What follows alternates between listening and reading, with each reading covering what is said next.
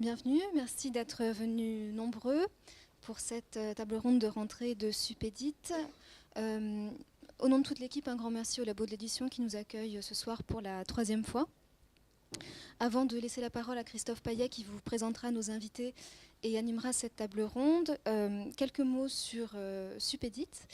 Beaucoup d'entre vous connaissent déjà cette association, mais pour les quelques-uns qui ne la connaissent pas encore, Supédit est l'association des anciens et actuels étudiants des formations à l'édition de Paris 13, donc les masters commercialisation du livre et politique éditoriale.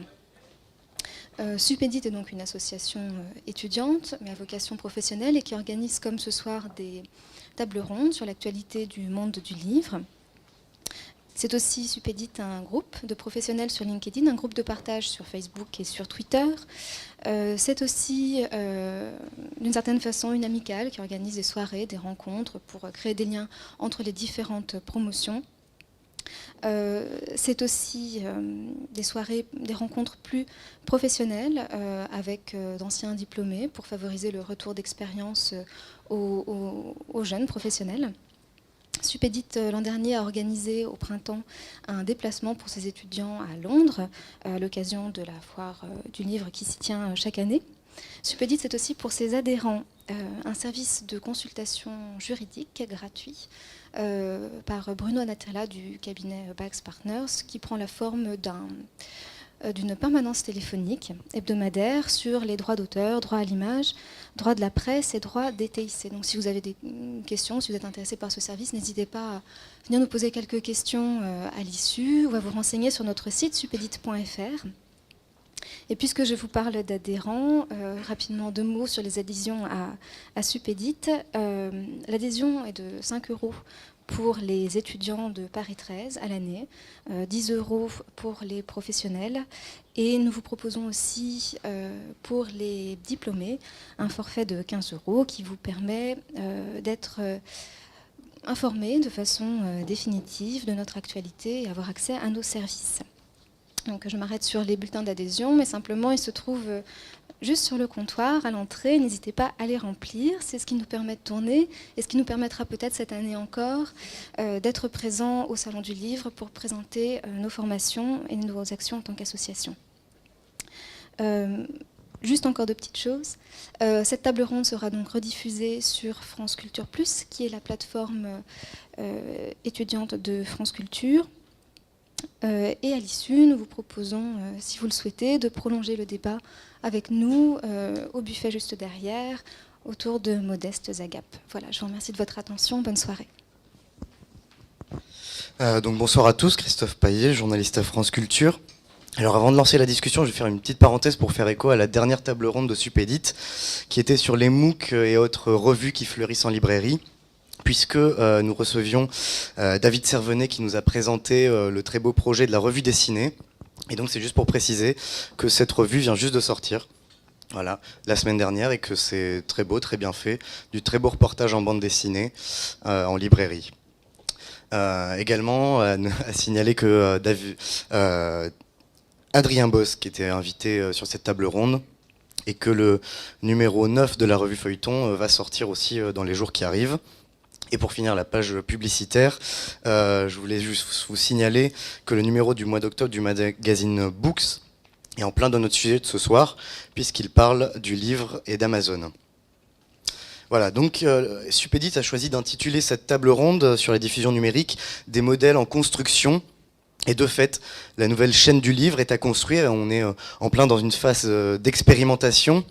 Le numérique a bien sûr bouleversé, c'est presque un poncif de le dire, les modes traditionnels de commercialisation du livre. Et pourtant, l'enjeu reste toujours le même. Il faut les vendre, ces livres. Et pour les vendre, il faut qu'ils soient visibles. Alors, quelle stratégie de visibilité adopter? Comment faire travailler au mieux éditeurs, diffuseurs, libraires traditionnels, libraires en ligne? Les stratégies et les modèles se cherchent. On a des offres promotionnelles, un travail sur le catalogue de fond, une mise en avant des nouveautés, une utilisation de la recommandation sociale, on va en parler. Et on va essayer d'explorer toutes ces nouvelles pratiques donc avec nos invités, à commencer par Mélanie Dulé, qui est responsable marketing digital pour la Place des éditeurs, un rassemblement de 12 éditeurs au sein du groupe Editis. Ensuite, nous avons François Millier de la librairie Lamartine dans le 16e arrondissement de Paris, directeur de la logistique chez Lamartine. Ensuite, Adrien Gardeur, fondateur de la librairie en ligne Feedbooks. Et enfin, Jean-Philippe Pastor, qui lui est directeur de PhoneReader, une autre librairie en ligne avec un fonctionnement complètement différent. Donc la première question sera pour vous, Mélanie Dulé, puisque en tant que responsable marketing digital, c'est votre métier de rendre visible en ligne les livres de la place des éditeurs. Alors bien sûr, on se doute que vous défendez un catalogue très hétérogène, puisque vous défendez 12 éditeurs différents. Il n'y a donc pas de recette unique ni miracle, mais tout de même, il y a des grands leviers sur lesquels vous pouvez jouer. Et une des questions délicates pour vous, on imagine, c'est de travailler sur le fond de son catalogue, de ne pas avoir qu'une visibilité ponctuelle, promotionnelle, comme c'est souvent le cas sur Internet. Donc quelles sont les stratégies, les leviers que vous pouvez mettre en place ? Alors déjà, bonsoir à tous. Pour situer un peu le contexte, en effet, on a 12 marques chez Place Éditeurs qui sont extrêmement variées, puisqu'on a de la littérature française, on a de la littérature étrangère, donc avec des marques comme Belfond, Presse de la Cité, Omnibus. On a également du tourisme avec Lonely Planet.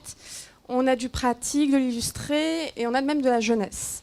Donc déjà pour dire qu'en effet, quand moi je fais du marketing digital avec aussi les directions commerciales et avec notre diffuseur Interforum, on ne fait pas du marketing digital rarement déjà pour un éditeur, on le fait plus précisément pour un auteur ou pour un titre ou pour une collection.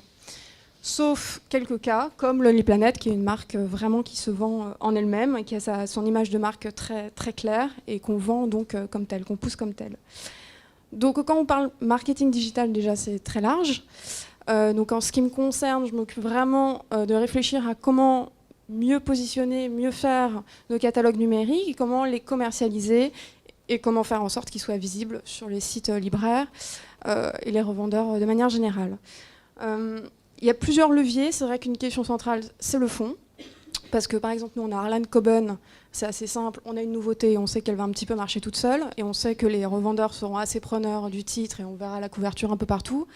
En revanche, sur des fonds soit du même auteur, soit d'auteurs un peu plus confidentiels, c'est un peu plus compliqué. Donc, il va y avoir plusieurs choses. On a évidemment le dynamic pricing, qui est un peu ce qui paraît le plus évident pour pouvoir pousser un catalogue. Par ça, on entend soit des baisses de prix sur plusieurs semaines, sur un mois et demi, selon soit une nouveauté qui sort, et donc on en profite pour pousser la backlist correspondante, soit une actualité. Le dynamic pricing, ça peut être aussi des opérations flash sur Amazon, sur 24 heures, à moins 70%. Donc c'est quelque chose qu'il faut évidemment vraiment bien réfléchir en amont. On ne le fait pas pour tout le monde, on le fait rarement. Notre politique, en tout cas je parle pour Place Éditeur, n'est pas de brader nos prix. Donc c'est quelque chose, même pour une baisse de prix de manière générale, c'est quelque chose qui est vraiment réfléchi et en fonction de ce qui se passe sur le marché, de ce que font évidemment les concurrents, et puis en fonction de l'évolution des ventes, de ce qu'on veut pousser. Donc on a ça. Alors juste le levier pricing, donc faire des promotions, on peut se dire que ça peut être un coût simplement à court terme. Mais en fait, il y a des effets qui font que ça peut être aussi intéressant à long terme pour faire rentrer justement des livres dans les meilleures ventes. Exactement. C'est là tout l'enjeu de l'éditeur et de la réflexion commerciale qu'on va avoir, à savoir avoir une opération qui va bien sûr avoir des bénéfices sur la durée et non pas retomber dès le lendemain comme une opération flash. Ça peut malheureusement être le cas, où vous allez voir votre titre, vous allez vous exciter, vous allez voir dans le top 10, vous avez l'impression d'être le roi du monde et le lendemain, on l'aura déjà oublié. Donc c'est évident qu'on a une réflexion sur nos opérations de baisse de prix, qu'on essaye de les mettre dans un contexte particulier, soit ce que je disais, une nouveauté, soit une actualité où on sait que les revendeurs vont être plus propices à la mettre en avant et ne pas... parce qu'une opération de baisse de prix toute seule qui passe inaperçue et qui n'est pas visible, vous vous connectez à un site de libraire ou à la FNAC ou à un autre site de vente d'e-book, si votre opération n'est pas visible sur le homepage ou en tout cas sur des catégories importantes, autant vous dire qu'elle va quasiment passer inaperçue. Donc le dynamic pricing, c'est quelque chose à prendre vraiment avec beaucoup de soin et qui n'est pas toujours justifié, parce que je prends l'exemple de Lonely Planet, qui sont des guides qui, dans leur positionnement, dans la création de la marque depuis l'origine, vendent une qualité, vendent du contenu extrêmement spécifique sur un marché qui est concurrentiel. Hein, c'est pas un aspect qui rentre en compte. Et cependant, la politique, par exemple, de Lonely Planet est de faire très peu de baisse de prix, si ce n'est quasiment jamais. Parce qu'on estime que par rapport à la politique de concurrence, nos contenus pourraient ne pas bénéficier justement de ces opérations-là. Alors comment on fait pour se rendre visible sans faire des opérations promotionnelles sur le prix? Alors, donc, on travaille, nous, en étroite relation avec notre diffuseur, Interforum, qui est le diffuseur d'Editis, donc avec qui on présente nos catalogues, nos enjeux. Donc, ils sont au courant de ce qu'on sort et c'est leur rôle de vendre nos titres et ce qu'il faut mettre en avant. Donc, je veux dire, les baisses de prix, ça reste quelque chose qu'on fait de façon assez exceptionnelle. Donc, la majeure partie de notre catalogue sort sans baisse de prix. Donc, ça, c'est le rôle d'Interforum. Après, évidemment, nous, on peut faire des choses pour l'appuyer.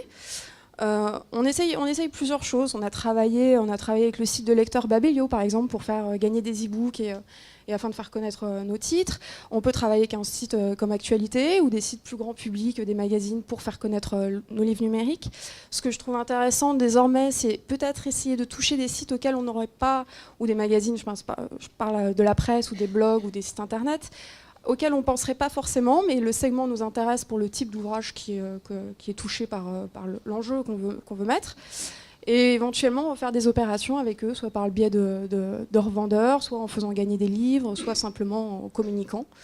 Par exemple, on a un auteur qui nous tient à cœur dans la marque Omnibus, qui est Simenon, qui est une marque à lui tout seul, puisque c'est vraiment un auteur de polar renommé et que les gens cherchent et sont avides de lire. Il faut savoir qu'en plus en numérique, le polar est un genre qui marche particulièrement bien. J'ai vu qu'il était bien mis en avant, par exemple, sur votre site. Et pour Simenon, on fait des opérations de baisse de prix, mais accompagnées de communiqués et d'autres opérations, évidemment aussi sur nos sites d'éditeurs. Après, il y a plein de leviers. Il y a un levier, moi, qui me paraît particulièrement intéressant et qui peut être justement très adapté au polar. C'est finalement le retour à une méthode très ancienne, presque l'origine de la littérature, c'est de revenir au feuilleton, de découper. Alors ça, c'est un autre moyen de mettre en avant. C'est-à-dire qu'on a des produits qui sortent de façon homothétique, vraiment similaires au papier. Et il y a des titres qui méritent une réflexion marketing en amont, en se disant, voilà, nous, on sort le livre papier. On a eu cet exemple l'année dernière. On a sorti un titre érotique, un peu évidemment dans la veine qu'on connaît, et en fait chaque chapitre était un fantasme. Et on s'est dit, pourquoi pas jouer clairement, je vous intrigue à 19h, on s'est dit un chapitre par jour, et on va essayer de lancer un feuilleton numérique en 2012 à l'époque, pour voir si ce genre ne peut pas être remis en actualité. Donc c'est aussi une façon d'avoir des mises en avant. On a mis le premier chapitre, le premier chapitre, donc le premier jour de mise en ligne était gratuit. Et puis ensuite, pendant une semaine, on avait un chapitre mis en ligne. Et puis ensuite, sortait le livre numérique complet et le livre papier. C'est-à-dire que le feuilleton était une exclusivité. Il y avait un côté en plus inédit. Donc ça a très bien marché. En plus, on avait un titre d'appel. Donc le premier chapitre gratuit a été très bien relayé par les sites de vente. Et a permis de faire connaître le titre. Et ça a été une vraie réussite numérique. Donc, comme quoi, il y a des choses à réfléchir. Pareil pour la Limpanet, vous connaissez sûrement nos guides papier complets, qui peuvent être des pavés comme ça. La réflexion marketing en amont a été de se dire, pour mieux les vendre, est-ce qu'il ne faut pas parceler? Et on a lancé ce qui s'appelle le pick and mix, à savoir la vente de chapitres, afin que, par exemple, quelqu'un qui part en Australie et qui ne va qu'à Sydney ne puisse acheter uniquement son chapitre qui le concerne. Et pareil, ce qui nous permet d'être visible à la fois sur les rubriques de livres complets, mais qui peut être aussi ce qui peut permettre d'être visible dans des rubriques de type petit prix ou titre gratuit, et donc de multiplier les fenêtres de visibilité. Voilà, donc, plusieurs choses possibles. Donc là, on voit comment, du point de vue de l'éditeur, effectivement, on peut aller au-delà de l'offre spéciale pour travailler sur le fond du catalogue et sur le long terme. Alors Adrien Gardeur, vous avez justement créé la librairie en ligne Feedbooks, et c'est un peu la spécificité de votre ligne éditoriale que de travailler sur le fond du catalogue. Vous pouvez nous expliquer comment vous mettez ça en place ? Je dirais que plus que de travailler sur le fond du catalogue, c'est travailler sur le catalogue tout court, en fait. On pense que c'est très important. Il y a un point, on le répète à chaque fois, je pense qu'on va le répéter encore pendant un certain nombre d'années, qui est essentiel, c'est les métadonnées. Les métadonnées, c'est la visibilité dans un catalogue. Pas simplement sur la recherche. Juste pour préciser en 2 mots, les métadonnées, donc, sont toutes les données associées, autour du livre. Donc les plus simples étant titre, auteur, genre, quatrième de couverture, toutes ces choses-là. Et je pense que là-dessus, il y a encore beaucoup de travail à faire. C'est-à-dire que ce qu'on voit, c'est que la qualité des métadonnées reste faible. En général, on a peu d'informations. Il n'y a pas de cohérence.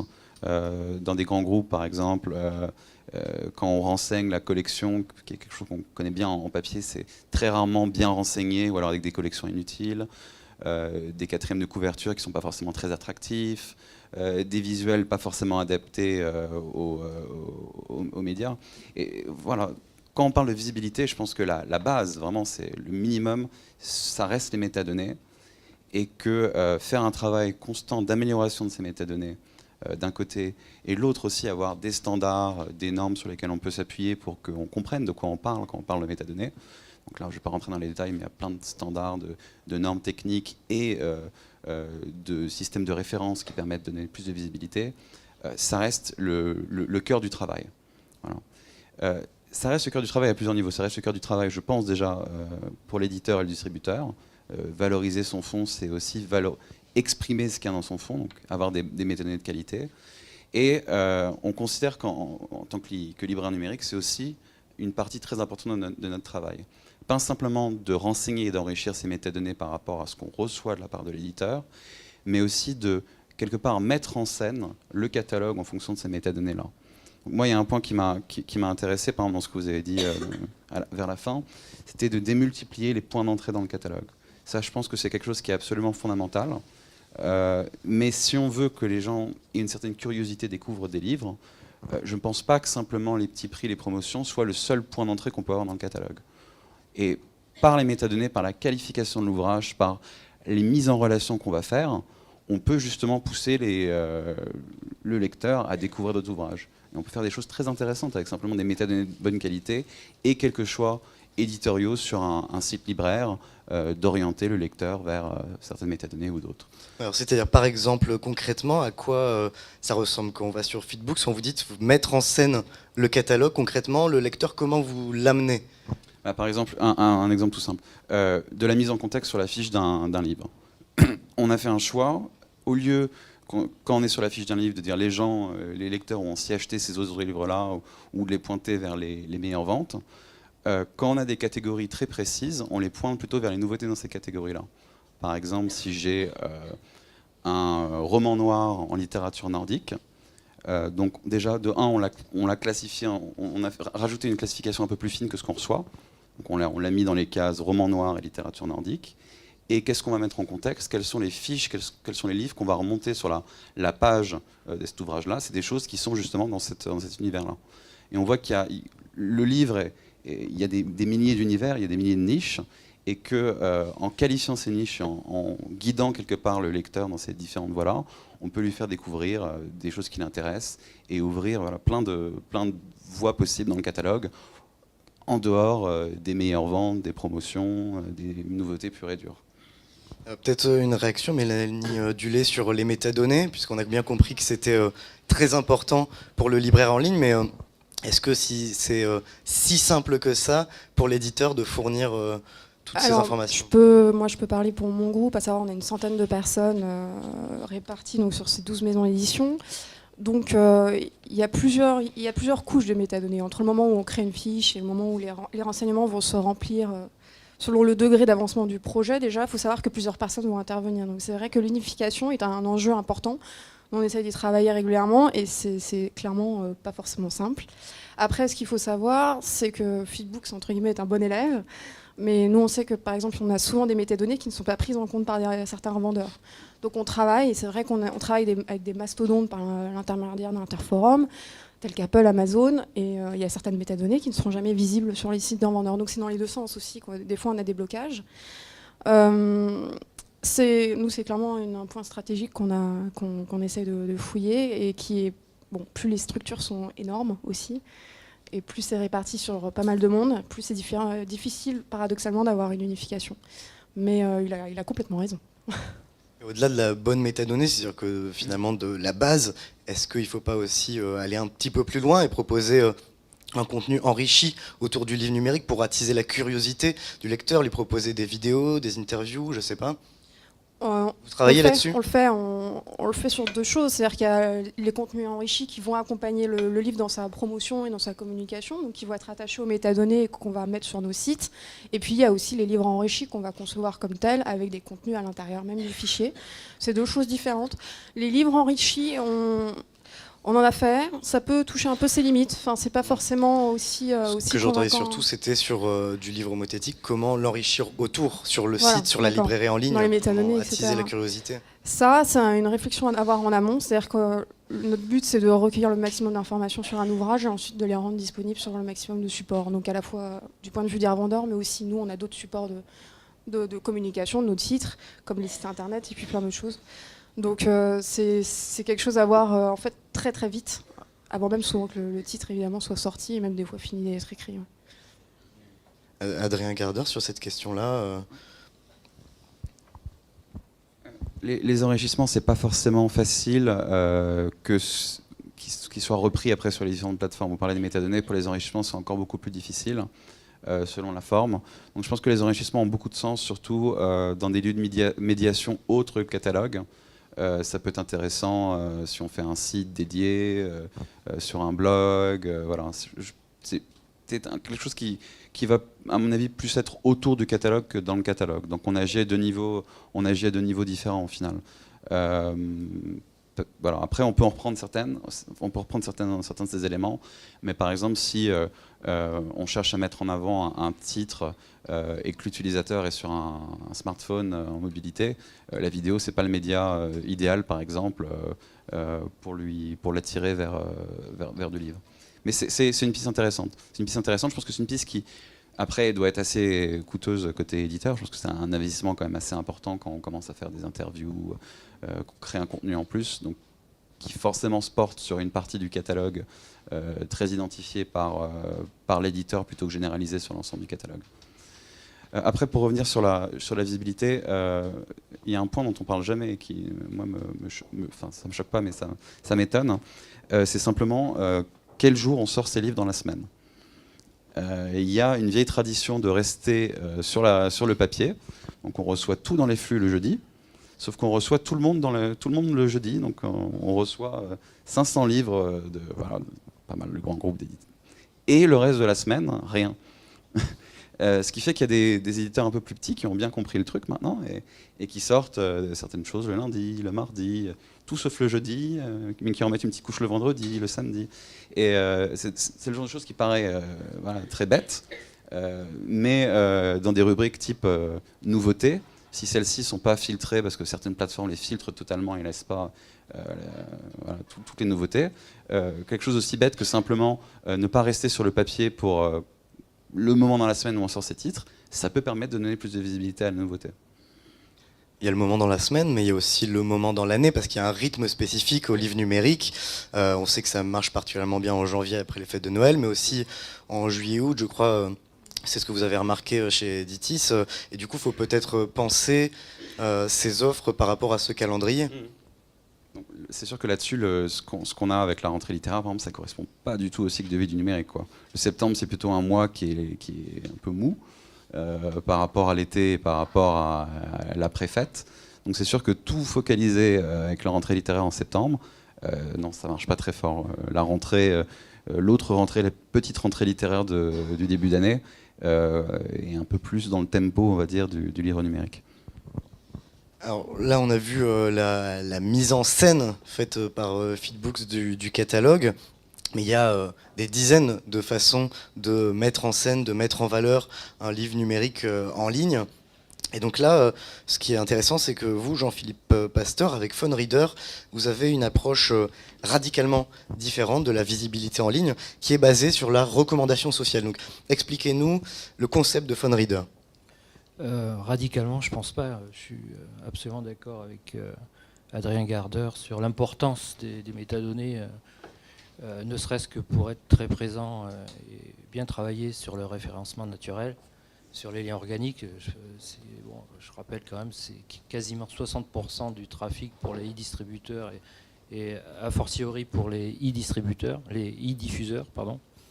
D'autant qu'avec ces métadonnées, on n'est pas seulement présent, on n'est pas seulement web-centrique, on peut être aussi présent sur des moteurs de recherche divers qu'on trouve quelquefois sur des applis mobiles. Et sans métadonnées, on ne peut pas agréger son catalogue sur des moteurs de recherche qui n'ont pas vocation à toujours faire de la visibilité sur les best-sellers et les gros titres. Nous, chez Fundreader, c'est vrai, on a pris un parti un peu différent qui consiste donc à présenter les titres les plus cités, les plus mentionnés sur les réseaux sociaux, sur notre page d'accueil. Voilà, c'est-à-dire qu'on agrège une dizaine de sites sociaux, dont les plus connus évidemment, Twitter, Facebook, Google+, à travers leurs API pour récupérer leur log. On en agrège d'autres, mais enfin, ensuite on devient très vite anglo-saxon dans la pratique, si on étend ça à des sites qui par exemple sont extrêmement importants en Angleterre ou aux États-Unis sur les réseaux sociaux, que sont Pinterest aujourd'hui ou StumbleUpon, qui ne sont pas très très connus en France, mais qui chez les éditeurs et les libraires, les e-libraires anglo-saxons sont devenus incontournables. Je dis ça parce qu'on est présent depuis 2007, surtout à Londres. Donc on a fait notre training dans les pays anglo-saxons pour revenir en France en fait depuis 2 ans. Et on peut s'interroger sur l'utilité d'avoir à présenter des titres, des nouveautés, mais aussi des titres de fond du catalogue. Donc à présenter des titres qui figurent sur les réseaux sociaux. Il faut bien voir une chose, c'est que déjà c'est la mise au point d'un service qui est rendu. Le problème en France est assez différent de celui qui se présente à Londres ou en Angleterre.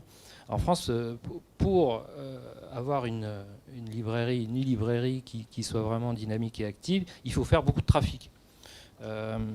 À Londres, le nerf de la guerre, enfin le sport auquel on s'adonne tous les jours, c'est plutôt des applications tarifaires, avec notre partenaire principal DNAML. Bon, qu'est-ce qu'on fait toute la journée contre Amazon ou contre les grosses enseignes? C'est ça, c'est se battre sur le prix.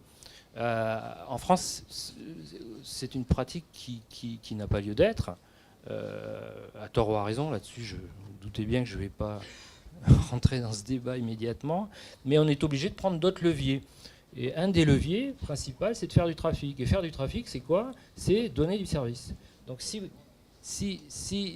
on est sur des sites qu'on va dire conventionnels, qui, comme depuis des décennies, présentent systématiquement 1, les meilleures ventes, 2, les nouveautés, 3, les prix littéraires, il est certain que, compte tenu de ce qu'est le livre numérique, à savoir un objet textué qui est quand même d'une nature très différente du livre papier, quoi qu'il puisse se rejoindre, évidemment, sur certains points, si on part de ce principe-là, il est clair qu'on est obligé d'inventer des stratégies de visibilité qui sont plus celles qu'on a connues même sur des forts sites de vente en ligne, comme évidemment la FNAC, comme Chapitre, comme Amazon, etc. Donc la première des oui, Adrien, vous voulez me... Christophe, pardon. Non, la question qu'on a envie de vous poser, c'est est-ce que c'est prescriptif? Est-ce que la recommandation des internautes amène les autres internautes à acheter des livres? C'est immensément prescriptif. Pourquoi? Parce qu'on a en direct, dans l'immédiateté, l'écosystème de personnes qui s'intéressent aux livres en présence. C'est ce qu'on fait remonter en temps réel sur le portail, c'est-à-dire tous les gens qui, à un instant donné, peuvent s'intéresser non seulement à un auteur, mais à un titre, voire même à une maison d'édition. Alors, ça peut paraître être un effet léger, qui en fait ne produit pas de vérité de fond dans la pratique commerciale de cette manière de faire. Mais en vérité, comme nous reportons toute cette information, nous la republions systématiquement sur des sites thématiques, lorsque par exemple un titre a été mentionné 214 fois sur les réseaux sociaux dans la journée, on l'associe immédiatement à toutes les critiques dont il a fait l'objet dans la presse, sur les webzines, Donc les personnes ont un accès direct non seulement au titre, mais aussi à tout l'écosystème qui l'environne. Et ensuite, on republie toute cette information donc, sur des sites particuliers, thématiques, en fiction, en universitaire, en scolaire, en loisirs. Et c'est ce qui redouble en fait l'effet de référencement naturel, et où je rejoins ce que disait Adrien Gardeur, à savoir là l'importance extrême des métadonnées pour être bien indexées par tous les moteurs en amont. Voilà, je vais juste ajouter une petite chose, c'est l'importance aussi du fait de pouvoir capter un flux, ou plutôt un trafic auquel les e-distributeurs et e-diffuseurs sont assez peu sensibles, c'est celui de la mobilité, des mobiles. On est quand même resté très ordi-centrique ou web-centrique lorsque on visite une librairie en ligne. Nous, notre trafic, à plus de 50%, on le tire des smartphones, des phablettes, et vous aussi, je pense qu'on se rejoint. 70%. 70% chez Feedbooks. Donc forcément, on est obligé de tenir compte de ce trafic, qui n'est pas d'ailleurs celui que travaille Amazon. Et c'est quelque part un petit peu notre chance. Mélanie Dulé, sur cette question de la recommandation sociale des réseaux sociaux pour la visibilité, c'est quelque chose que vous travaillez spécifiquement ? C'est quelque chose qu'on travaille spécifiquement. Alors moi, c'est pas mon expertise, parce qu'on a une responsable réseaux sociaux, tout ça, avec qui je travaille, puisqu'elle fait partie de la même équipe. Donc c'est quelque chose qu'on travaille. On travaille spécifiquement d'ailleurs des fois sur les livres numériques, parce qu'on fait des opérations dédiées à une sortie numérique, donc ça nous arrive. On teste aussi des choses pour essayer de toucher des lecteurs qui vont être des mobinautes.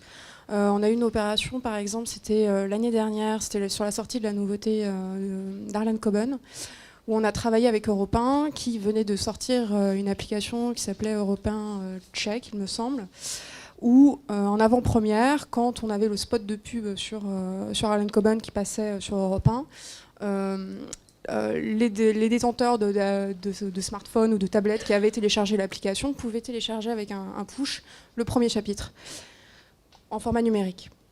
On se disait comme ça, toucher évidemment des gens qui déjà sont sensibles évidemment au format numérique, et donc avoir une cible un peu plus précise, et puis faire connaître nos livres dans ce format-là. Donc évidemment, après les réseaux sociaux, donc, je le disais, c'est quelque chose qu'on fait. Et puis après, il y a aussi l'importance de nos sites éditeurs. Et, voilà. Il y a quelque chose aussi quand on voit les différences d'approche éditoriale entre Feedbooks et PhoneReader, on se rend compte qu'en fait aucune plateforme en ligne n'a exactement les mêmes pratiques, et donc vous devez vous adapter aussi, adapter votre stratégie à la plateforme à laquelle vous vous adressez, même quand on parle des géants du secteur Amazon ou Apple, vous ne vous adressez pas à eux de la même façon. Oui, alors n'oublions pas qu'on a bien un intermédiaire, donc on a bien Interforum qui a ce rôle précisément justement de savoir dialoguer avec les revendeurs et de s'adapter aussi à chaque librairie. Ensuite, moi je dirais que ce qui est important là-dessus, c'est plus pour moi, dans mon poste aujourd'hui, c'est à savoir analyser en fait, analyser les chiffres, puisqu'on peut dire un peu plus précisément où est-ce que nos livres sont achetés. Et c'est là qu'on peut constater en effet que selon les segments et selon nos collections, certains marchent mieux à des endroits que d'autres. Par exemple, mais là je vais dire, pour certains ce sera peut-être moins évident, mais pour nous ça le sera. Je ne vais pas apprendre grand-chose à ceux qui sont là, je pense. Mais par exemple, Apple vend particulièrement mieux les essais. La Fnac, par exemple, a un travail qui se rapproche un petit peu plus du libraire que clairement d'autres revendeurs de grande taille. Sur certains segments un peu plus précis, comme la fantasy, on a aussi des revendeurs qui marchent mieux que d'autres. Donc c'est vraiment, ça dépend des titres, et puis bien sûr après ça dépend de la mise en avant qu'ils font sur chaque ouvrage. Alors juste, on fait pas mal d'illustrés, de tourisme aussi. Et c'est vrai que ça dépend évidemment des devices aussi qui sont derrière, et des formats, et des contraintes de format dont on n'a pas encore parlé, mais qui différencient déjà de façon très basique selon le format, la plateforme qui va le vendre. Parce que rien que ça, déjà, ça restreint pas mal. Adrien Gardeur. Oui, non, on le voit beaucoup, hein, et c'est vrai pour les extraits. Le type de périphérique a un impact considérable. Donc, bon, quand on parle de livres illustrés, livres pour enfants interactifs, la réalité, c'est que pour l'instant, c'est difficile d'en faire sur toutes les plateformes. Donc, de toute façon, ça oriente forcément, vu qu'on peut en vendre vraiment bien quasiment que sur iPad. Voilà, ça joue. Et nous, ce qu'on voit, c'est que les lecteurs effectivement mobiles vont pas acheter la même chose que ceux qui ont des liseuses. Que le prix va avoir une incidence aussi. C'est des choses qui peuvent évoluer avec le temps d'ailleurs. D'ailleurs, c'est une question que j'avais par rapport à votre site PhoneReader. Est-ce que vous arrivez à identifier un peu votre trafic, justement, à voir si vous êtes sur des... Ouais. J'avais une question justement par rapport à PhoneReader, parce que votre démarche elle est vraiment intéressante, et je me demandais si vous arriviez à identifier votre trafic. Est-ce que vous étiez sur des langues... J'imagine peut-être pas forcément sur un même type de lectorat que sur Amazon ou sur une autre plateforme. Est-ce que vous arrivez à voir si vous êtes sur des plus gros lecteurs que la moyenne? Est-ce qu'il y a des segments qui marchent mieux?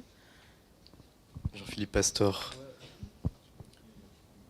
Bizarrement, en fait, on retrouve en termes de vente, en gros, ce qu'on trouve... heureusement ou malheureusement, je ne sais pas, sur les meilleures ventes des livres numériques d'Amazon. Hein, c'est quand même, et qui ne sont pas les meilleures ventes des livres papier. Hein. Il y a beaucoup de différences quand même. Hein. Il y a, maintenant, le type de lectorat, c'est vrai que c'est beaucoup plus du one-to-one que dans le passé. Parce qu'auparavant, dans les précédents portails que nous développions, le visiteur ou l'acheteur était anonyme. C'est plus possible lorsque vous les avez directement en ligne sur les réseaux sociaux, même s'ils sont nombreux, parce que déjà, ne serait-ce que créer un compte, ça tout le monde le fait depuis des années, mais enfin vous n'avez qu'une adresse mail, et puis c'est quand même un type d'interférence qui reste distant, alors que lorsque vous avez quelqu'un qui achète un livre sur le portail, ou qui trouve d'ailleurs un lien sur le référencement naturel, et qui en vient ensuite à découvrir notre page d'accueil, très vite, il s'abonne sur Twitter ou sur Facebook ou sur Google+, et on l'a en direct. Donc, j'ai un petit peu de mal à répondre à votre question, parce qu'elle est complexe, quoi. Elle est pas... C'est vrai que ça change énormément aussi de mois en mois. Mais ce que je remarque, la tendance quand même qui est assez principale et orientée, c'est qu'on personnifie et on personnalise beaucoup plus l'acte de vente que par le passé. Et ça, c'est une contrainte commerciale énorme, parce qu'évidemment, ça prend un temps phénoménal, quoi. C'est, ne serait-ce que répondre une fois, deux fois, trois fois à un client, y compris même lorsque l'achat est déjà fait. C'est ça qui est... On discute plus avec les lecteurs lorsqu'ils ont acheté qu'avant l'acte d'achat, alors que sur les précédents portails, très souvent on mettait des tutoriaux pour préparer et aider les lecteurs et les acheteurs à éventuellement et sûrement acheter le livre et à créer le compte. Alors que maintenant, ce que je remarque, c'est qu'ils le font beaucoup plus une fois qu'ils l'ont créé, pour rentrer dans tout l'écosystème du réseau. Beaucoup de lecteurs, une fois qu'ils ont acheté le livre, s'abonnent non seulement évidemment à nos comptes, à nous, des réseaux sociaux, mais à tout ce qu'ils trouvent sur l'ensemble des informations qu'on trouve sur le site, avec le compte de l'auteur du livre sur Facebook, qui va découvrir dans le capital d'informations qu'on présente, ou avec la communauté de lecteurs dans laquelle il va rentrer. Voilà, donc c'est quand même un acte de vente qui est de plus en plus personnalisé, d'autant que je pense qu'on va en parler quand on va parler du prix, mais les habitudes et les usages dans la manière d'acheter et de lire des livres ensuite en ligne évoluent tellement vite depuis quelques mois, notamment à travers les essais d'abonnement plutôt que la tarification à l'acte ou à l'unité, que ce type de pratique nécessairement va prendre sa pleine expansion. Alors, quand on nous écoute, on a l'impression que le livre numérique, ça ne s'achète que sur Internet, et que diffusion numérique est égale à Internet. Mais il y a un acteur qui n'a pas envie que dans la nouvelle chaîne du livre on l'oublie, et on ne l'oublie pas, c'est le libraire traditionnel, le libraire physique. Et vous, François Millet, justement, avec la librairie Lamartine, vous essayez de démontrer que le libraire traditionnel a toujours sa place dans cette économie, peut-être plus que jamais, et donc vous avez été parmi les premiers à expérimenter les bornes en magasin. Alors, avant ça, je voudrais dire que ça fait quand même des années que les libraires se préoccupent du numérique, depuis 2006. L'ALIR, qui est l'association des libraires informatisés que j'ai l'honneur de présider, a publié en mai 2007, avant le rapport Patino, un rapport qui s'intitule « Accueillir le numérique ». Ce rapport avait pour ambition, et l'a toujours d'ailleurs, puisqu'il reste d'actualité, de poser le sujet et de voir dans quelle mesure nous sommes, quand je dis nous, ces libraires éditeurs capables de structurer ce marché naissant. Il n'existe toujours pas. Il y a toute une panoplie de questions qui se posent, des questions commerciales, des questions techniques, des questions législatives. Évidemment, moi, je ne vais pas parler de métadonnées, de trafic, de pousser des catalogues. D'ailleurs, c'est un mot qui m'a un peu surpris. Pousser un catalogue, je trouve que ce n'est pas trop diffuseur. Et bien sûr, partant du principe que le lieu privilégié de la rencontre entre le lecteur, un livre, avec un libraire, c'est la librairie. Que pour le moment, on n'a pas trouvé le même niveau d'échange sur Internet, même avec toutes les technologies dont nous disposons aujourd'hui. Fort de cela, les choses ont un petit peu avancé. En 2009, à la fin de l'année 2009, il y a donc 4 ans exactement, la première borne en magasin a été installée à la librairie Doucet au Mans. C'est vraiment Olivier Dumont qui a été le pionnier dans cette affaire-là. En 2010, quelques libraires parisiens, Arbre à Lettres, Le Divan, nous-mêmes, nous sommes, disons, unis pour trouver une solution économique nous permettant d'installer une borne en magasin. Qu'est-ce qu'une borne en magasin ? C'est un écran tactile qui permet simplement de virtualiser un rayon, permettre aux clients, seuls ou avec l'aide d'un libraire, d'accéder à une offre et évidemment d'avoir quelques outils pour pouvoir mettre cette offre en ligne, comme on le fait avec des tables, des piles, des vitrines et autres mises en scène. C'est quelque chose qui est très important, on y est très attaché, parce que, encore une fois, le libraire doit se saisir de ce nouveau format. En réalité, il s'agit d'un nouveau format, de l'intégrer dans son offre, qui devient une offre complète, et de démontrer à sa clientèle qu'il est capable, aussi bien en magasin et bien sûr sur Internet. Je ne suis pas, mon propos n'est pas du tout anti-Internet et anti-technologie, pas du tout. D'ailleurs, pour promouvoir une offre en magasin, on est bien obligé de se servir de l'Internet. Il y a un petit subterfuge.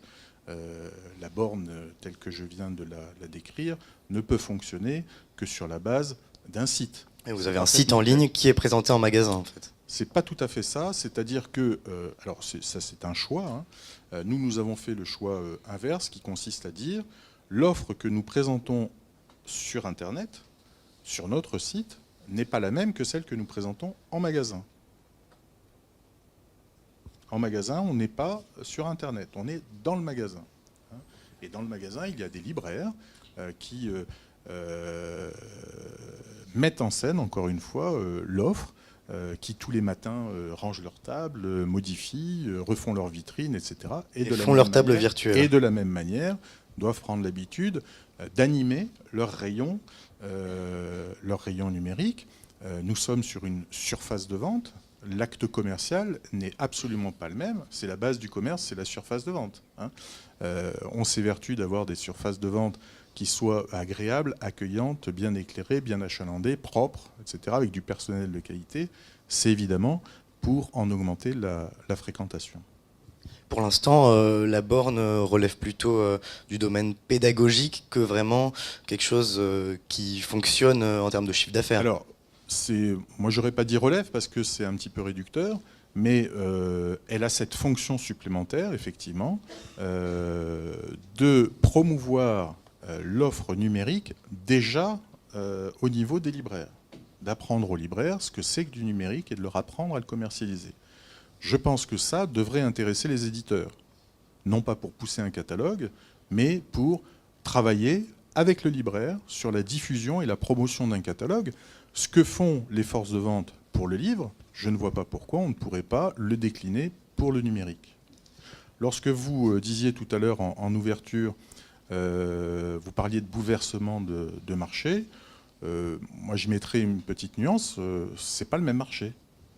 C'est pas un bouleversement. En réalité, la chaîne de distribution du livre, telle qu'on la connaît aujourd'hui, qui est extrêmement pointue. Hein. Vous citiez Interforum. Interforum fait partie des maisons à la tête de toutes les technologies que l'on a mises en place pour distribuer le livre. Mais c'est une forme de commerce et nous ne pouvons pas appliquer les mêmes méthodes au numérique. Pour les raisons que vous avez tous évoquées tout à l'heure, je ne vais pas reprendre ce que vous avez dit, vous l'avez fort bien dit, je le ferai très mal, je ne suis pas compétent pour. Vous venez de dire que cela devrait intéresser les éditeurs. Vous trouvez que les éditeurs ne s'intéressent pas assez à la vente numérique sur les lieux physiques dans les librairies ? En 2007, nous avons, avec la société Dilicom, Dilicom est l'acteur interprofessionnel qui intervient dans les échanges de données informatisées dans la profession et dans la distribution du livre. Nous avons donc organisé une journée sur le numérique au cinéma MK2, le 4 juin 2007, pour être très précis. Il y avait 500 personnes de la profession qui étaient là pour écouter tout un certain nombre de choses très intéressantes. Nous avons terminé ce colloque en posant la question suivante, à quel endroit notre profession va être capable de se réunir, comme nous le faisons pour d'autres. Il y a la CLIL, il y a tous ces mécanismes de l'interprofession. Avec le numérique, nous n'y parvenons pas. Le SNE a sa commission numérique, nous avons notre commission numérique avec le SLF et le SDLC. Il y a d'autres commissions numériques qui gravitent. Mais dès que l'on veut mettre en interactivité ces différents acteurs, là, c'est impossible. On n'y arrive pas. On n'y arrive pas. Adrien Gardin.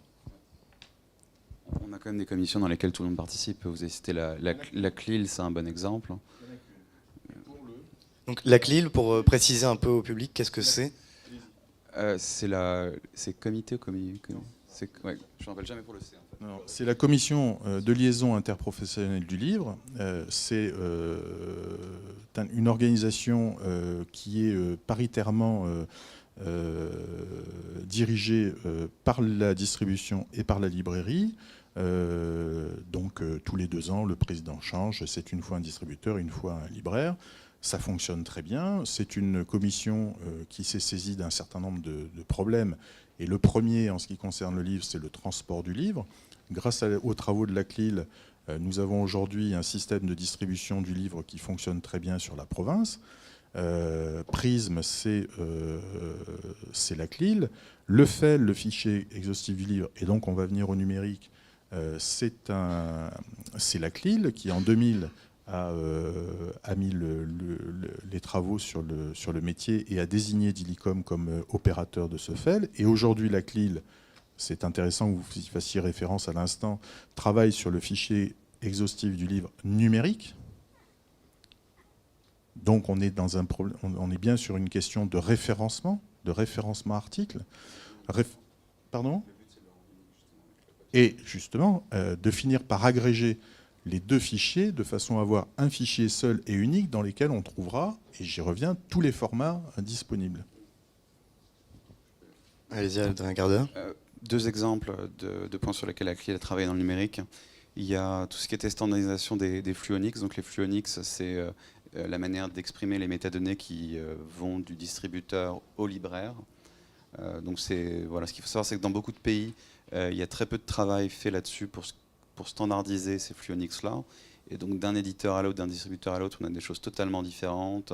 On a des acteurs qui utilisent des versions très vieilles, des plus de 10 ans, des versions récentes.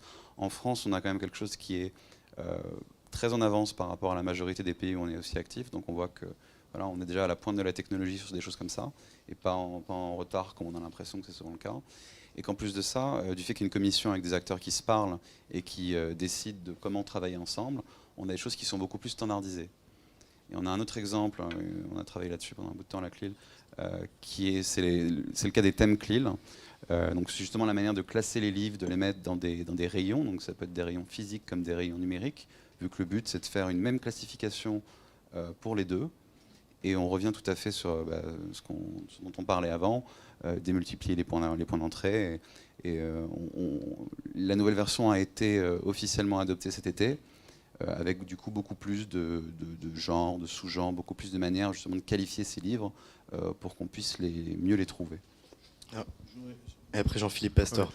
Je voudrais juste ajouter une petite chose concernant la difficulté que nous avons arrivé à travailler ensemble.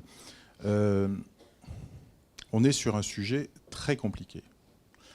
Commercialement, chacun cherche dans son coin à tirer les marrons de son feu et s'imagine qu'il va y arriver tout seul. Les auteurs fantasment sur le fait que demain ils se passeront des éditeurs et les éditeurs fantasment sur le fait que demain ils se passeront des libraires. Il faut que ces trois acteurs finissent par vraiment arriver à travailler de concert comme ils le font sur le livre. Sinon, ça ne marchera jamais correctement. Ou alors, on verra ce marché complètement phagocyté par les grands acteurs que vous avez cités et que je n'aime pas citer. Vous êtes obligé aujourd'hui de bricoler pour vendre du numérique en librairie ? Non, pas forcément, mais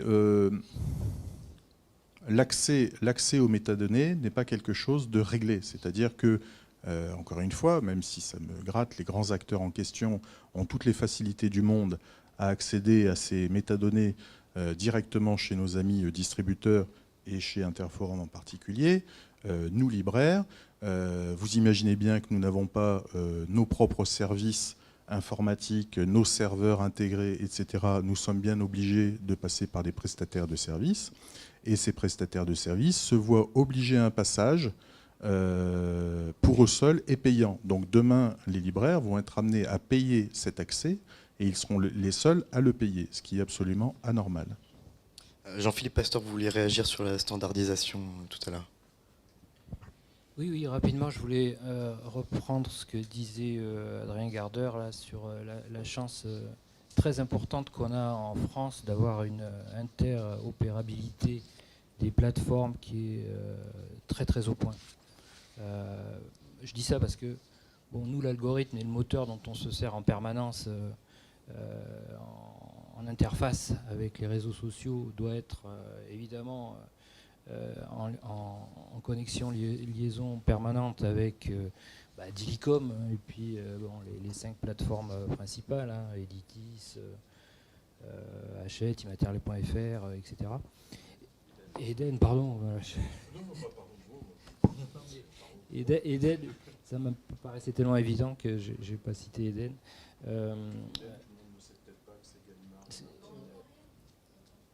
Oui. Parlez bien dans le micro. Oui, je parlais de la chance que nous avions d'avoir une interopérabilité très forte sous Onyx pour pouvoir travailler des interfaces, des applicatifs très très au point en France, ce qui n'est pas du tout le cas ailleurs, ne serait-ce que à Londres, où pour faire les mêmes choses, on a des difficultés bien plus importantes. Parce que les catalogues ne sont pas du tout structurés de la même manière chez Barnes & Noble que sur indiebooks.co.uk, à tel point qu'on est obligé d'aller chercher un distributeur australien pour pouvoir harmoniser le tout. Il faut quand même noter ça, qu'on a cette chance inouïe que de pouvoir inventer, innover, faire des choses sur la promotion et la visibilité du livre numérique française grâce à ces travaux et ce qui a été fait depuis 5 ans par les professionnels. Jean-Philippe Pastor, vous comparez justement avec l'Angleterre où vous avez fait du livre numérique, vous vantez les mérites de l'interopérabilité, mais de notre côté, je crois que vous trouvez le système français un peu trop contraignant par certains aspects par rapport à d'autres systèmes, notamment en Angleterre. Contraignant, non. non, beaucoup plus structuré, c'est sûr.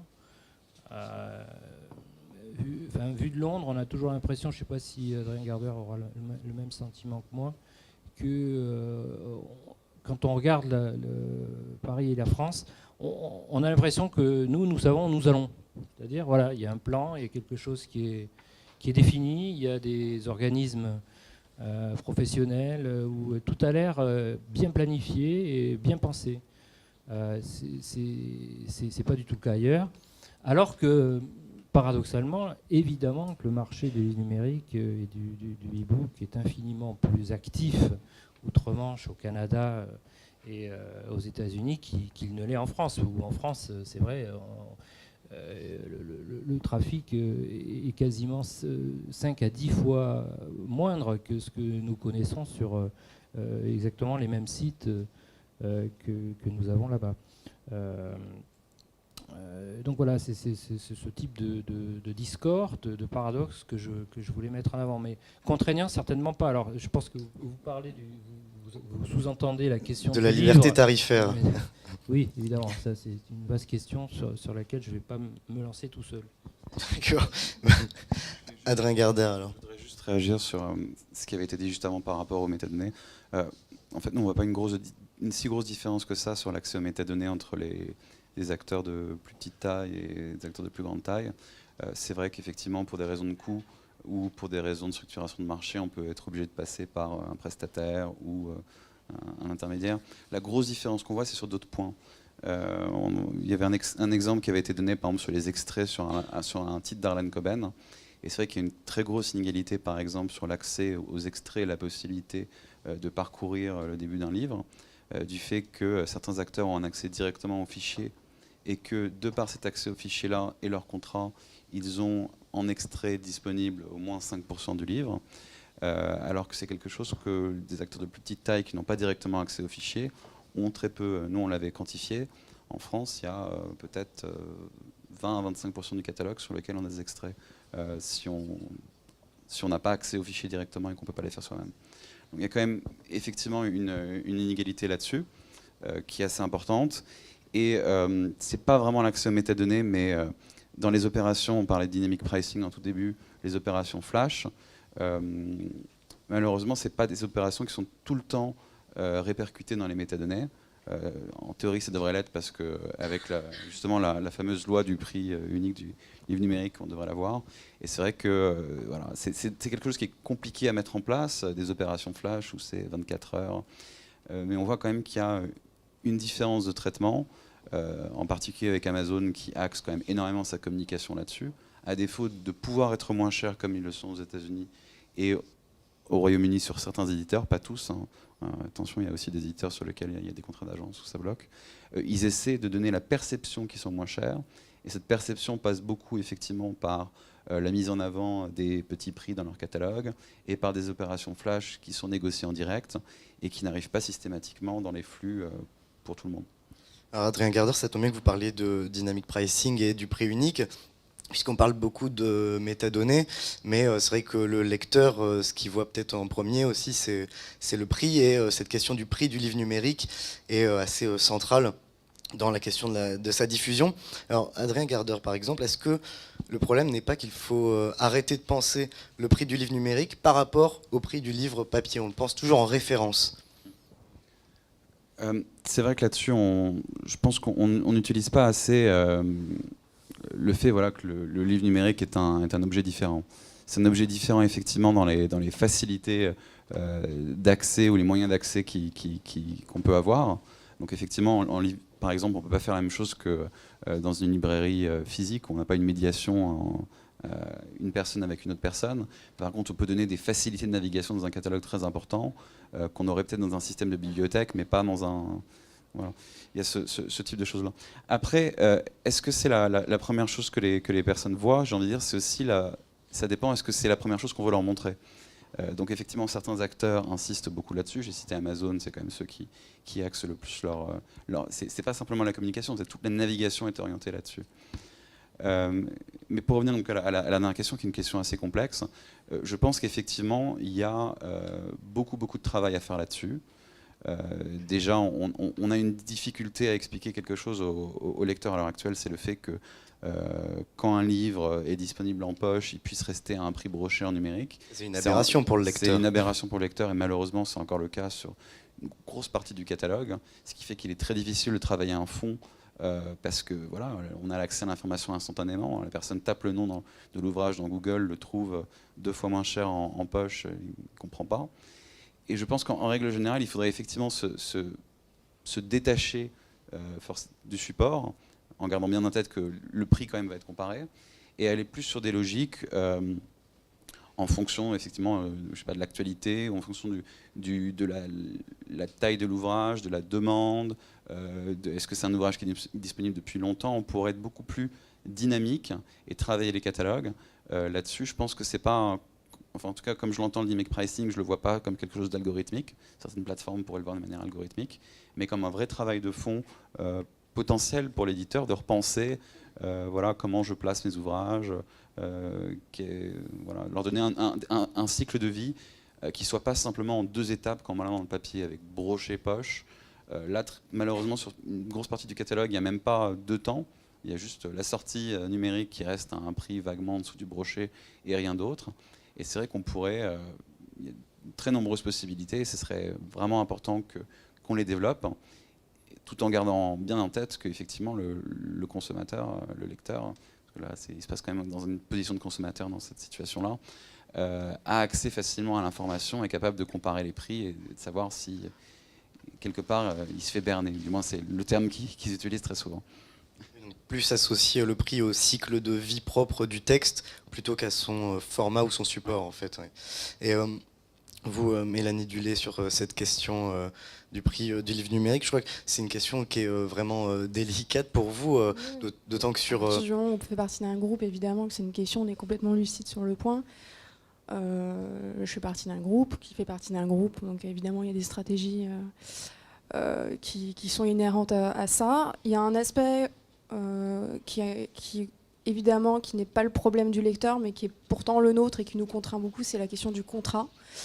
Notamment pour les textes étrangers. Voilà, pour le domaine étranger, c'est-à-dire qu'on n'est pas en direct avec des auteurs, on travaille avec beaucoup d'agents littéraires qui, dans la majeure partie des cas, nous posent leurs conditions et nous empêchent de toute façon de faire des baisses de prix au-delà de par exemple 30%, ce qui est souvent... Ce qui est la norme à peu près. Ce qui est à peu près la norme. Donc il faut savoir que déjà sur une grande partie de notre catalogue sur lequel on aurait du fond, on est assez contraint là-dessus. On se permet plus de choses avec les auteurs français. Après, voilà, là on parle beaucoup de littérature. Le pricing c'est aussi vaste et aussi complexe que les contenus. Donc il n'y a pas une politique commune. Je le disais au début, notre politique pour Lonely Planet ou notre politique pour un nouvel auteur chez Balfond Français va être très différente. Le tout, c'est d'éviter de créer trop de précédents, je dirais, dans les opérations de baisse de prix pour en faire des généralités avant même d'avoir analysé les chiffres. Parce qu'on a encore assez peu de recul, moi je trouve, sur les choses, même sur nos opérations, ça prend du temps. Et je trouve qu'on est encore au début du marché. Et on voit qu'il y a des choses qui ont été faites en Angleterre qui ont pu toucher le marché. C'est un peu différent quand même. On peut en parler, mais on n'est pas sur la même... Prenez un micro, s'il vous plaît.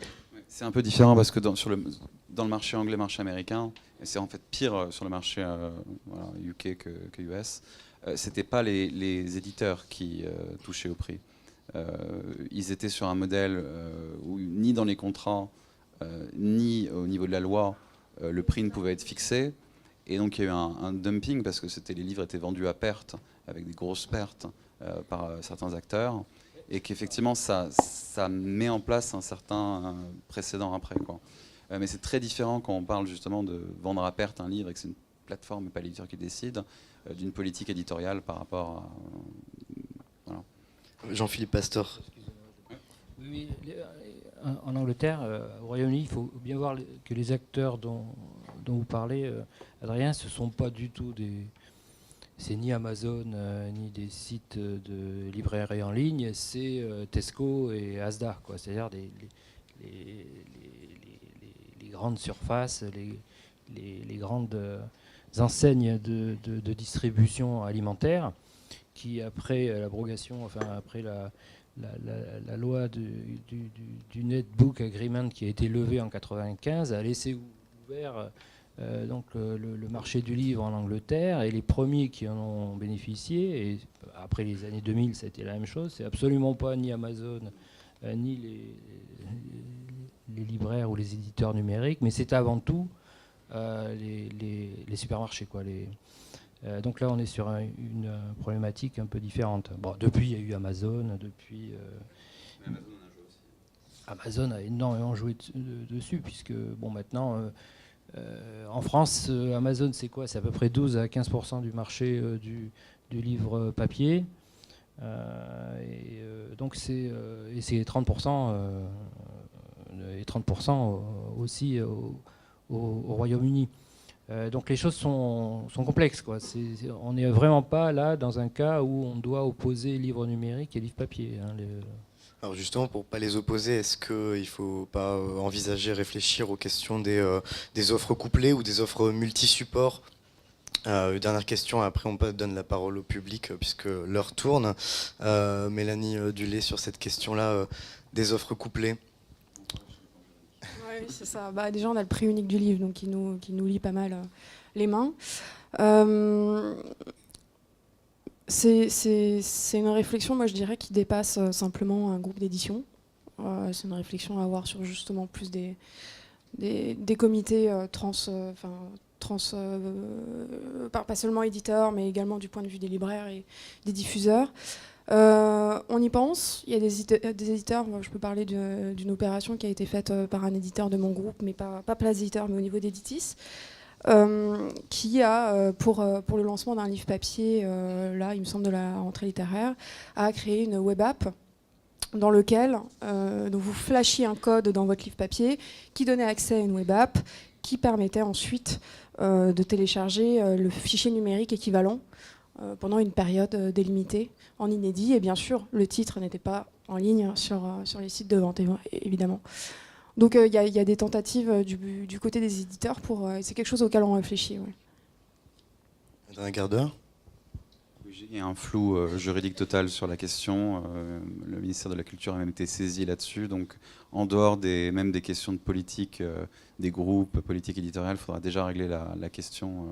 Et des vraies questions techniques aussi, hein. J'ai eu des débats pas possibles à la CLIL, justement, sur comment est-ce qu'on pouvait représenter, qu'est-ce que c'était, est-ce que l'offre couplée, c'est un ISBN, est-ce que c'est 2 ISBN, comment on fait les liens.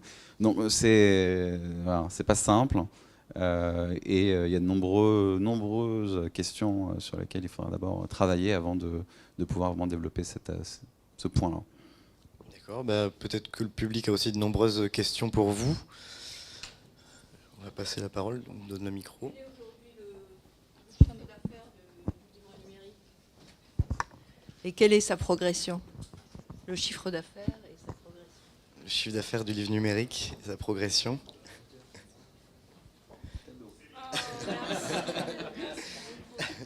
Je vais évidemment pas vous répondre pour mon groupe.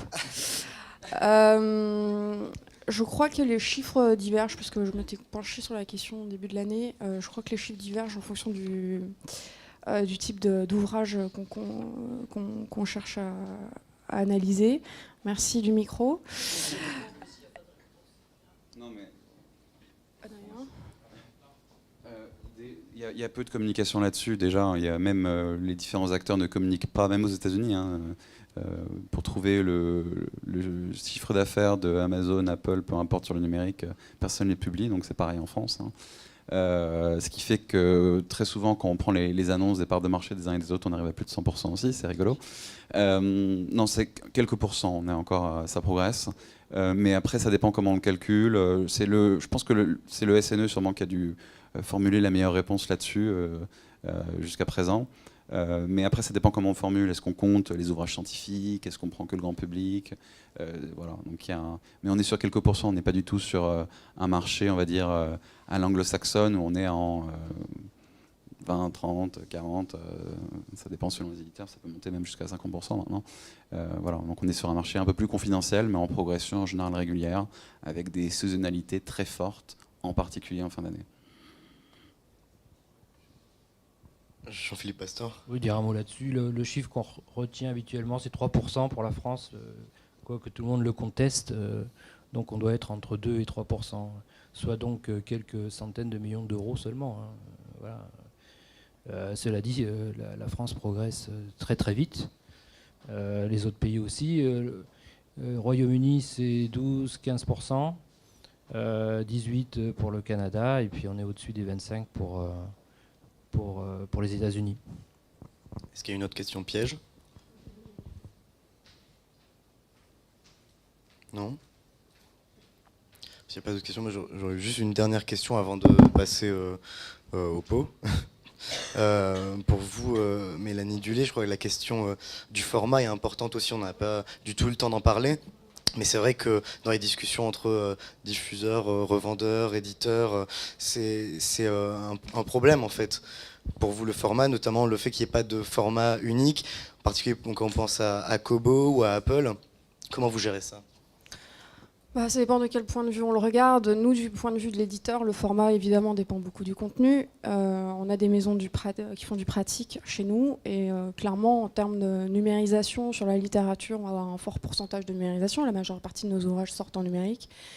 Et pour des ouvrages de la maison Solar ou hors collection, les coûts de fabrication d'un fichier numérique vont être absolument démultipliés. Donc on a peu de catalogues encore numériques. Et il faut dire aussi que le marché, pour les ouvrages qu'on sort, le marché ne semble pas encore très développé. Les chiffres ne sont pas encore vraiment satisfaisants sur le pratique. En plus, il faut savoir, le point de vue que j'ai, du point de vue du lecteur, c'est que le lecteur est assez, si ce n'est quasiment pas familier du tout avec ces questions-là. Je suis convaincue que à peu près 80% des lecteurs de Kindle, en tout cas qui lisent dans le format Amazon, ne se rendent pas compte qu'ils lisent dans un autre format que quand ils téléchargent un livre sur la FNAC. Donc il y a pas mal de choses à faire là-dessus aussi. C'est-à-dire que nous, quand on vend aussi en direct sur nos sites, et il y a beaucoup de communication à faire et d'enseignement à faire auprès de nos lecteurs pour qu'ils comprennent qu'en fonction de leur device, malheureusement, et de la question de la DRM qu'on n'a pas abordée non plus, je vous remercie. Eh bien, tout n'est pas possible, en tout cas pour l'instant. Mais il y a un format, vous disiez, il n'y a pas de format vraiment commun. Le format EPUB est quand même bien poussé dans ce sens-là. Mais il y a déjà plusieurs formats EPUB en soi. Il y a un format EPUB, mais il y a quand même plusieurs déclinaisons. Parce que je peux vous dire, du point de vue de mes éditeurs, pour eux, il n'y a pas qu'un format EPUB. C'est ça, parce que vous devez différencier à chaque fois en fonction de la plateforme à laquelle vous vous adressez. Alors, je crois que je vais vous la parole. Je fais partie du groupe de travail qui bosse sur le format EPUB, donc je connais assez bien la question.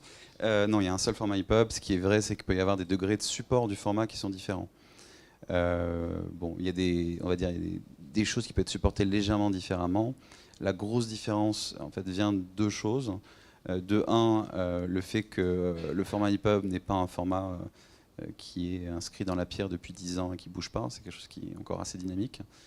Donc on a, par exemple, on a eu une grosse révision il y a maintenant quasiment 2 ans avec la version 3.0. On a un cycle de révision actuel sur une version 3.0.1 et en plus de ça, on a des groupes autour, on avait parlé de fixed layout, des choses comme ça.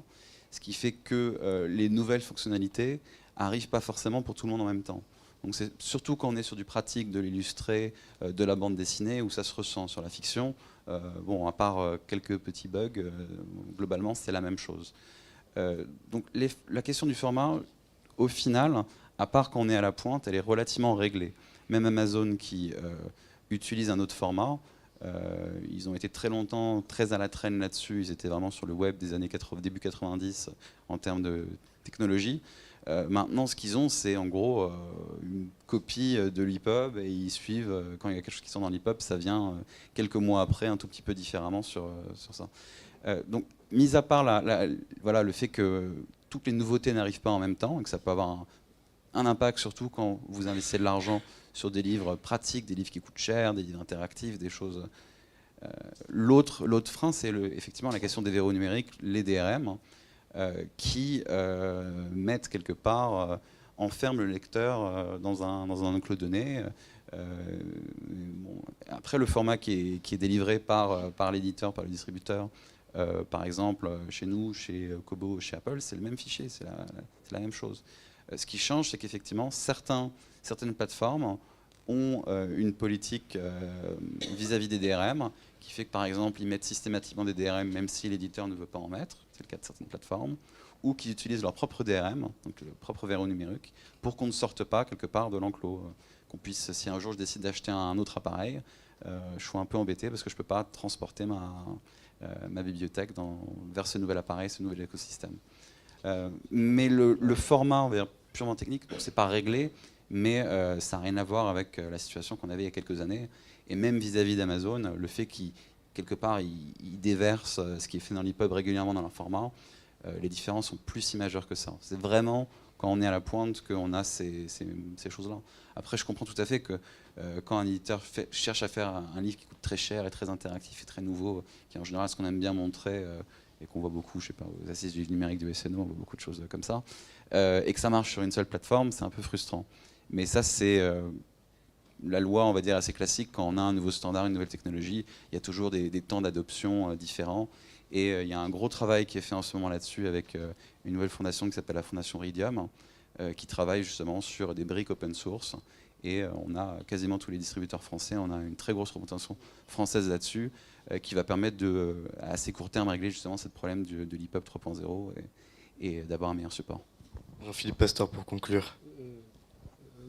Conclure, non, mais il est clair qu'aujourd'hui, 90% des personnes qui téléchargent des livres numériques le font sous EPUB. Ils ne le font plus sous PDF maintenant, au moins depuis une année ou deux. Le problème, c'est justement, enfin, ce n'est pas un d'ailleurs, c'est pas un problème, c'est les formats évolutifs et innovants comme l'EPUB 3.0 ou 3.2. Là, c'est vrai que c'est. Pardon ? 3.0 et bientôt 3.0. 3.2, c'est dans quelques années. Ce sont des formats. Alors, on comprend les éditeurs qui peuvent être immensément frustrés par le travail inouï que ça demande, quoi, de vraiment créer un vrai livre numérique plutôt que de prendre du PDF et de le convertir en EPUB avec un EPUB classique. Maintenant, ce que font les éditeurs, et qui est très intéressant, c'est que très souvent, plutôt que de le garder sur les plateformes traditionnelles, ils le transforment en un objet applicatif, c'est-à-dire qu'ils créent une application directement, ce qui compense un peu la frustration qui consiste à simplement comparer un livre numérique, un vrai livre numérique, par rapport à un PDF homothétique. Mais ça, c'est une autre discussion très longue et qui doit insister sur le fait que le livre numérique n'est pas le même objet qu'un livre papier et que tout par-delà dans les logiques commerciales, les logiques de visibilité, juridique, et même sur la question tarifaire, mais bon, ça c'est évidemment un autre débat. Merci à tous pour vos... Ah, une dernière question ? Allez.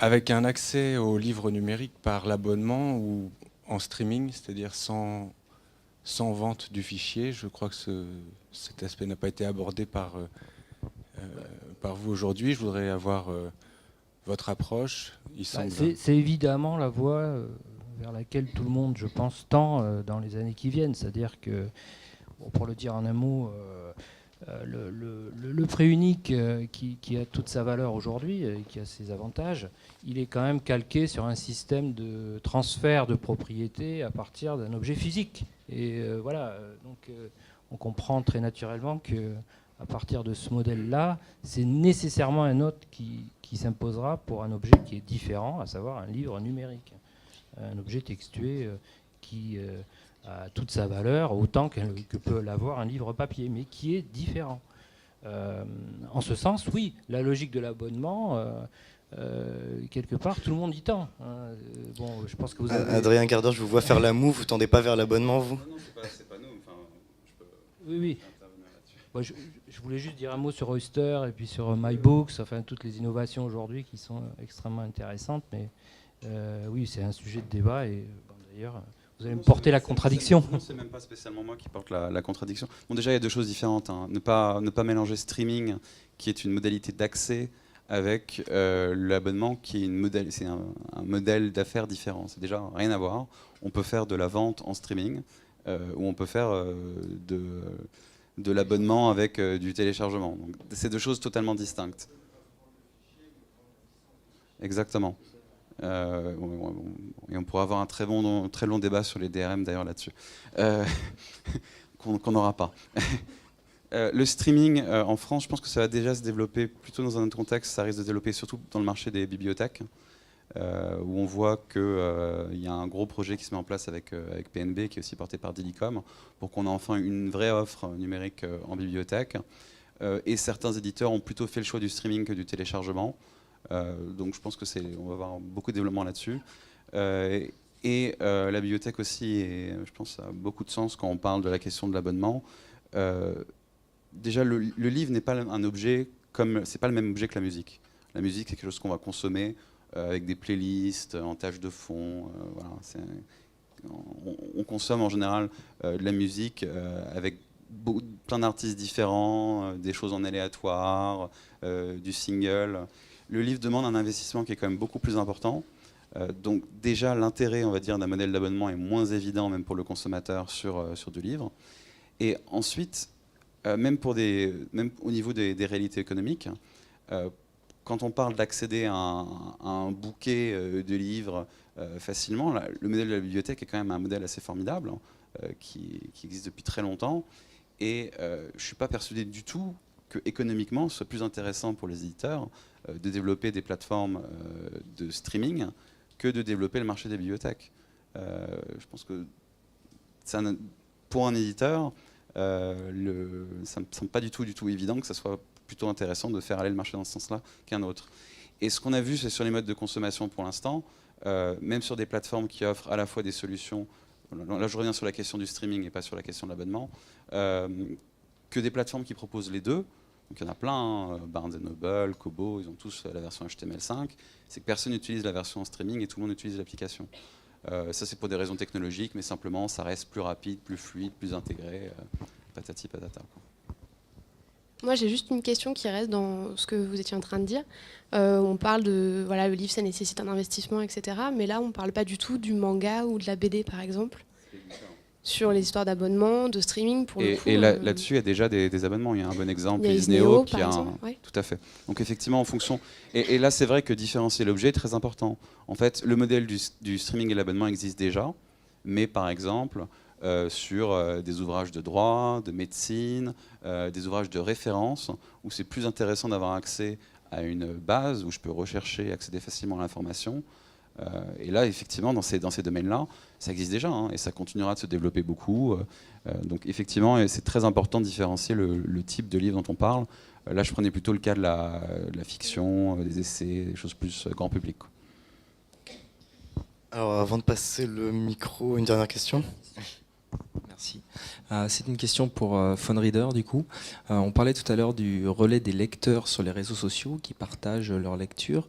Je voudrais savoir, est-ce qu'il y a des types de contenus qui sont plus partagés sur les réseaux sociaux? Et vous nous parliez de Pinterest tout à l'heure, de Google+. Est-ce qu'il y a des réseaux sociaux sur lesquels on partage plus? Est-ce que c'est plus Twitter? Est-ce que c'est plus Facebook? Est-ce que c'est plus Google+?